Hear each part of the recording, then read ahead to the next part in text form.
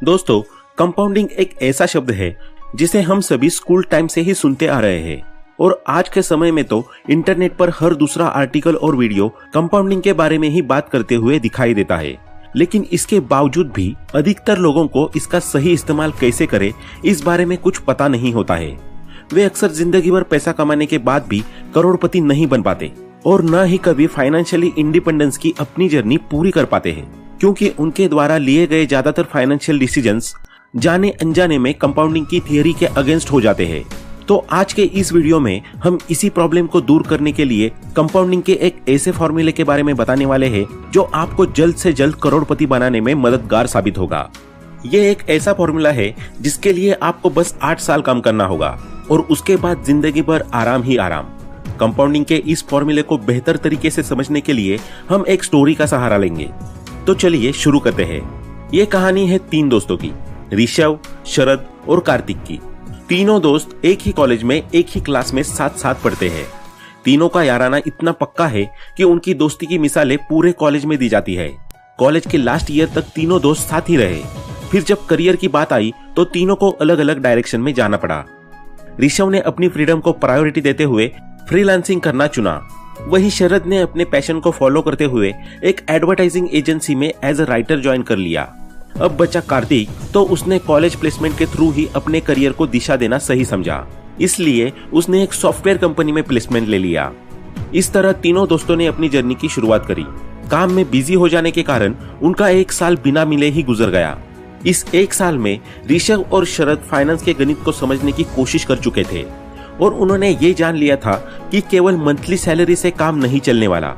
इसलिए उन्होंने अपनी मंथली सैलरी से कुछ सेविंग्स करना शुरू कर दी और उन्हें किसी अच्छी जगह इन्वेस्ट करना भी स्टार्ट कर दिया।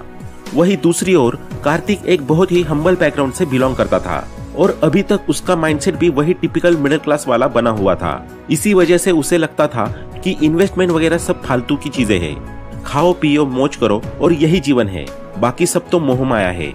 अपनी इसी फिलोसॉफी को फॉलो करते हुए कार्तिक ने एक महंगे से पॉश इलाके में अपने लिए एक फ्लैट रेंट पर ले लिया और फिर वहां से ऑफिस तक जाने के लिए एक चमचमाती ब्रांडेड कार EMI पर खरीद ली। हर महीने उसके पास 1 लाख रुपए सैलरी के आते थे, जिन्हें वो पार्टी करने में, नए नए एक्सपेंसिव मटेरियल खरीदने में यूं ही उड़ा देता था। इसके अलावा मंथ के एंड में जब उसका बैंक अकाउंट पूरी तरह खाली हो जाता था तो वो खर्चों को पूरे करने के लिए क्रेडिट कार्ड का इस्तेमाल भी बिना कुछ सोचे समझे करता था। अब 1 साल बीत गया। तीनों दोस्तों ने प्लान किया कि काफी दिनों से मुलाकात नहीं हुई है, तो क्यों ना किसी अच्छी सी जगह पर चलकर डिनर किया जाए। इसी बहाने पुरानी यादें भी ताजा हो जाएंगी।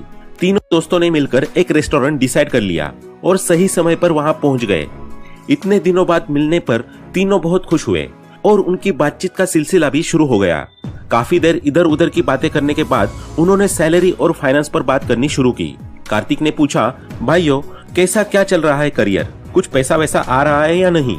इस पर ऋषभ और शरद ने जवाब देते हुए कहा, हाँ भाई, आ जाता है महीने का 70-75 हजार और उसमें से कुछ % सेव करना और इन्वेस्ट करना भी शुरू कर दिया है।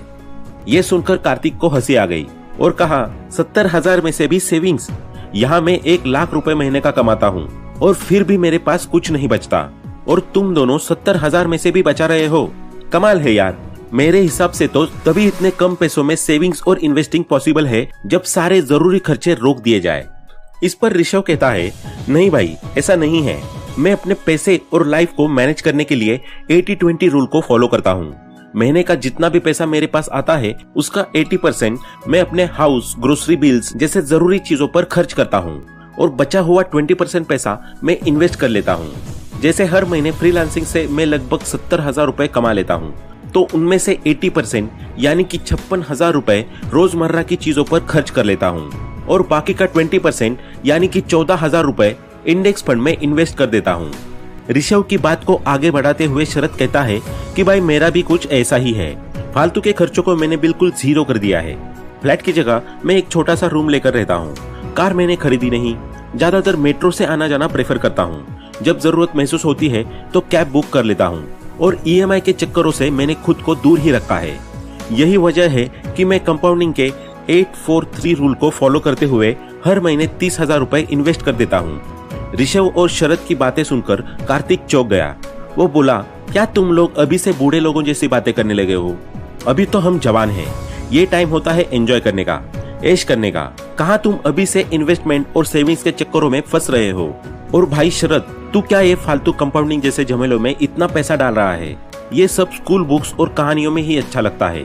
असलियत में इनसे कोई अमीर नहीं होता। ये सब कैलकुलेशन में ही मैजिक दिखा पाती है। असलियत में तो ये लोगों का पैसा डूबता ही है बस। कार्तिक को बीच में ही टोकते हुए ऋषभ बोला, भाई ऐसा बिल्कुल भी नहीं है। शरद जो कर रहा है बिल्कुल ठीक कर रहा है। कंपाउंडिंग की पावर अभी तूने देखी नहीं है, इसलिए तू ऐसी बात कर रहा है। दुनिया के बड़े से बड़े इन्वेस्टर्स आज इसलिए अमीर है क्योंकि उन्होंने कंपाउंडिंग की प्रोसेस पर विश्वास रखा और अपने पैसे को अच्छी जगह पर इन्वेस्ट किया। कुछ सालों बाद तू खुद देखना कि शरद फाइनेंशियली फ्री होकर रिटायरमेंट के मजे ले रहा होगा और उसका पैसा उसके लिए काम कर रहा होगा। कार्तिक ऋषभ की बात पर फिर से हंसने लगा और बोला, रिटायरमेंट, वो भी अभी से? तुम दोनों का फ्यूज उड़ गया है लगता है। ये सब फिल्मी बातें हैं भाई।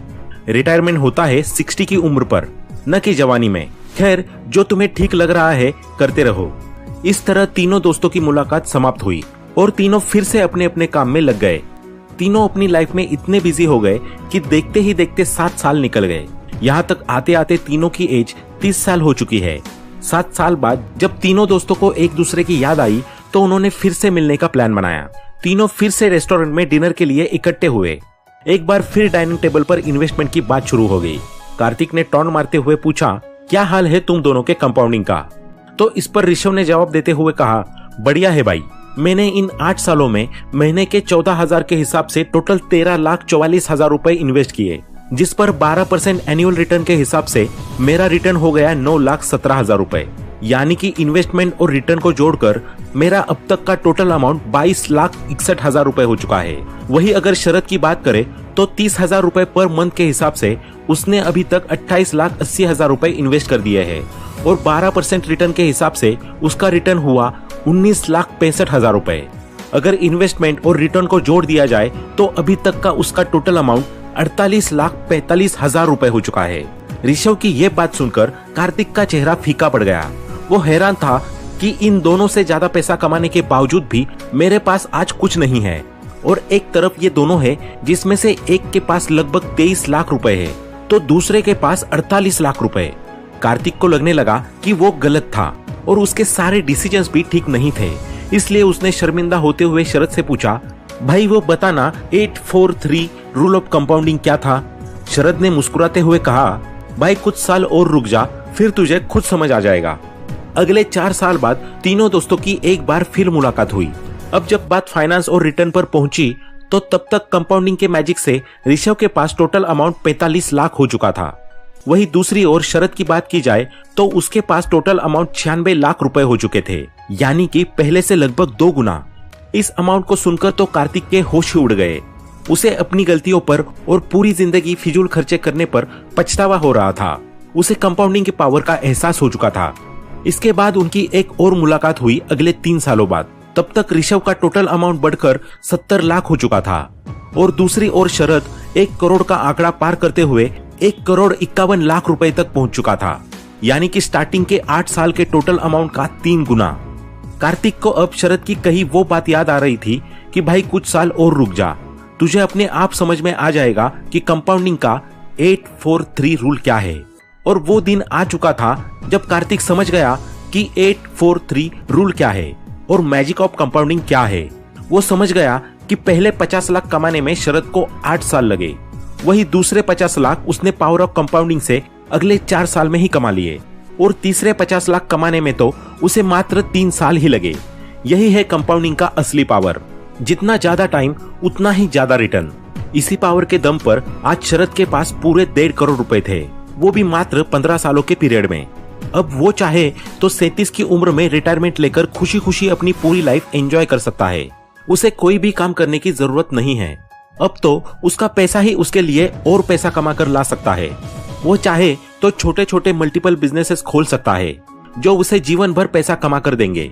दोस्तों, दुनिया के जाने माने इन्वेस्टर और बिजनेसमैन वॉरेन बफेट ने भी कंपाउंडिंग के 843 रूल का इस्तेमाल करते हुए अपने टीनेज में ही इन्वेस्टमेंट करना शुरू कर दिया था।